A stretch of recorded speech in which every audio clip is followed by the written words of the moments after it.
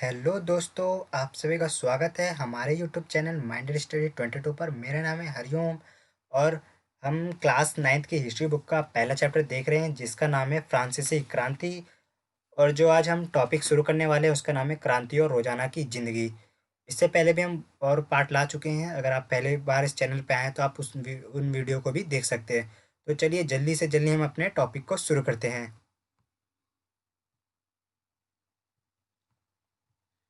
देखिए, फ्रांस की जो क्रांति हुई होती है उसके बाद से जो वहाँ के लोगों के जीवन में बदलाव आ रहा होता है उनको समझेंगे।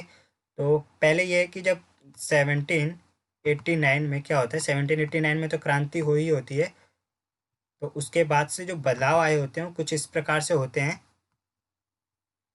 कि जो वहाँ के लोग होते हैं उनको, मतलब जो वहाँ पे सरकारें आ रही होती है, क्रांतिकारी सरकारें होती है, मतलब जो क्रांति करके जो उभर रही होती है सरकारें, जैसे नेशनल असेंबली उभरी और उसके बाद से कुछ कुछ आई होती हैं। तो वैसे ही वो क्या करते हैं, लोगों को वहाँ के मूलभूत अधिकार उन लोगों को प्रदान करने लग जाते हैं। स्वतंत्रता के अधिकार, बोलने का अधिकार, भाषण देने का अधिकार और समानता का अधिकार, ये सब उन्हें दिया जाने लगा था। और एक महत्वपूर्ण चेंज आता है क्रांति के बाद से, वो ये होता है जो राजा द्वारा सेंसरशिप लगाई गई होती है फ्रांस में, लुई सोलवा द्वारा या जो लगाई गई होती है, तो उसको ख़त्म कर दिया गया होता है। तो उसको समझते हैं हम। अब सेंसरशिप, तो बहुत से बच्चे कहेंगे सर सेंसरशिप क्या होता है। तो समझते हैं हम पहले सेंसरशिप होता क्या है। तो सेंसरशिप कुछ इस प्रकार से होता है, जैसे हमारे भारत में फिल्में में सेंसर बोर्ड काम करती है। सेंसर बोर्ड देखती है पहले कि फ़िल्म कैसी है, कोई ये दंगा फ़साद तो नहीं करा दे, उन सीन को कटवाती है और भी बहुत सारे सीन होते हैं जो सेंसर बोर्ड हटाती है। और हमने ये भी देखा होगा, आपने पहले भी पढ़ा होगा कि सन 1975 में क्या होता है, नेशनल इमरजेंसी लगती है। इंदिरा गांधी के समय में नेशनल इमरजेंसी इंडिया में लगाई गई होती है। और उस समय क्या होता है कि कोई भी न्यूज़पेपर हो, कोई भी बुक हो या फिर कोई भी आर्टिकल हो, वो पब्लिश होने से पहले क्या होता था, वो गवर्नमेंट उन्हें देखती थी। गवर्नमेंट की एक टीम देखती थी कि कहीं ये गवर्नमेंट के खिलाफ तो नहीं लिख रहे।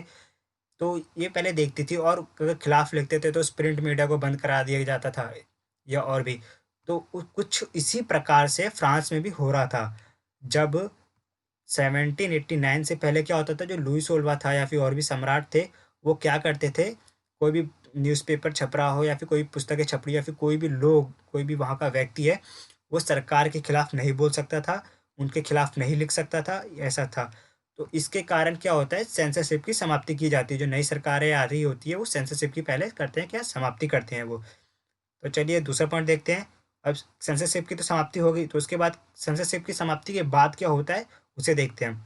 तो उसके बाद क्या होता है, पहली तो यही होता है कि वहाँ की अभिव्यक्ति की स्वतंत्रता मिलती है, भाषण देने की स्वतंत्रता जो होती है वो दी जाती है लोगों को वहाँ पे। अब क्या होता है, कोई भी लोग अपना लिख सकता है, बोल सकता है, अपनी भावनाओं को कर सकता है। तो ये सब पहले होता है। और क्या होता है उसके बाद, जो वहाँ पे प्रिंट मीडिया होती है, अखबार होते हैं, पुस्तकें होती हैं और जो पैम्पलेट होते हैं, वो जो छपते हैं वो बहुत तेज़ी से अब छपने शुरू हो जाते हैं। दूर दराज तक खबरें पहुँचनी शुरू हो जाती हैं, गांव देहात हर जगह क्या होता है, खबरें पहुँचने लग जाती हैं, लोग समझने लग जाते हैं, अपने अधिकारों को समझने लग जाते हैं, खबरों को जानने लग जाते हैं। तो ये होता है।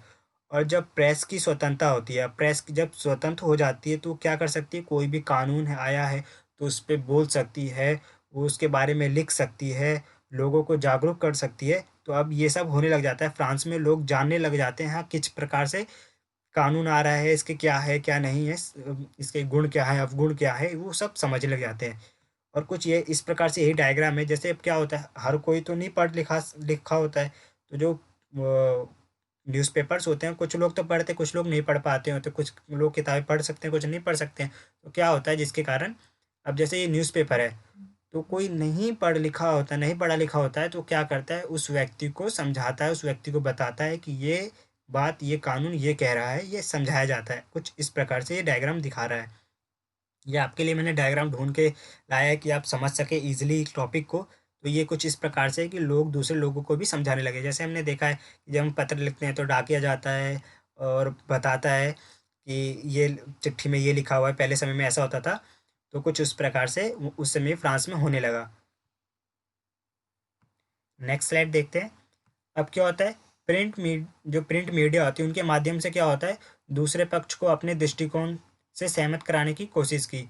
मतलब क्या होता है, जो प्रिंट मीडिया होता है, अब जो प्रिंट मीडिया न्यूज़पेपर है, तो वो क्या करता है, अपनी बातों को लिख सकता है, वो अपने मुद्दों को लिख सकता है कि नहीं, इस कानून के ये भी पहलू हैं, इसमें ये चेंज करना चाहिए, ये बदलाव करने चाहिए।